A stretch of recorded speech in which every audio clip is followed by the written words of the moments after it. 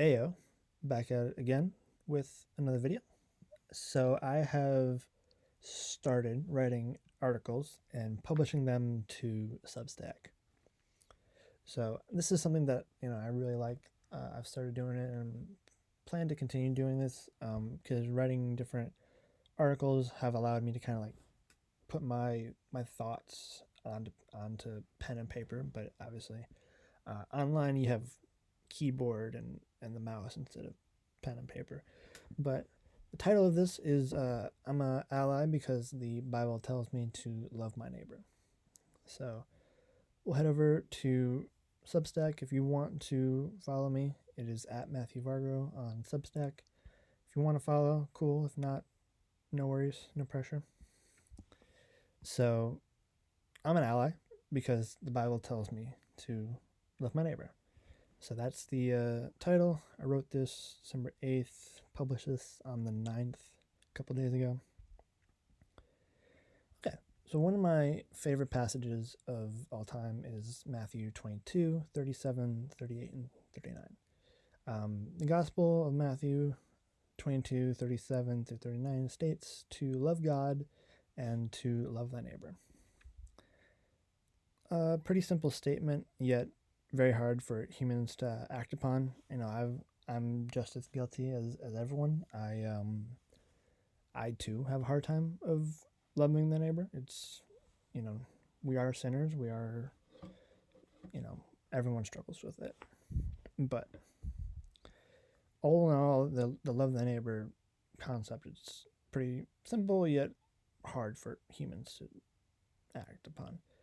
In this world of inescapable evil and cruelty, it is hard to see the good sometimes. But it takes courage, and you need to be courageous enough to see the good in the world and be bold enough to be the good. The Bible tells me to love my neighbor. Pretty straightforward. To me, love thy neighbor means loving all of my neighbors, whether they are similar to me or different. Love thy neighbor to me means loving those that society has had a hard time loving, and society as a whole has put the queer community through hell.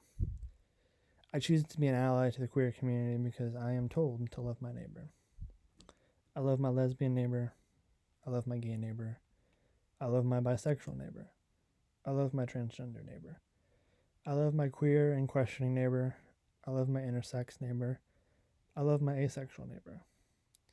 I love my neighbor, who is a part of the Lgbtqia plus community. To me, this isn't a hard concept to grasp. Or at least it shouldn't be. You love your neighbor. It's, what you need to do. You see, I grew up in a very religious environment, so I went to private school all my life, religious private school, and in church on Sunday or throughout the week, and we would have chapel services. I would see people, raise their hands in praise and in worship. And also, there's a lot of tears that were shed, and then they would say, "Oh, I love my neighbor." However, outside of chapel or outside of church, on the rest of the day, on the rest of Sunday, and through the rest of the week, their actions were not that of loving the neighbor. Very casual in their homophobia and hatred towards those that were different. That isn't loving that neighbor. That is hypocrisy. Saying one thing and doing the opposite is hypocrisy. It is hypocritical. However, when you would call them out on it, they would say, "Oh, we're sinners." They would use the Bible as a weapon against others and then hide behind it when called out on it. They're right. Everyone is a sinner. But that doesn't mean you get to hide behind the scripture you use to hurt and cut other people as a way to escape accountability. Being homophobic or transphobic is not loving the neighbor. Loving God is first and the greatest commandment. Loving that neighbor is the second.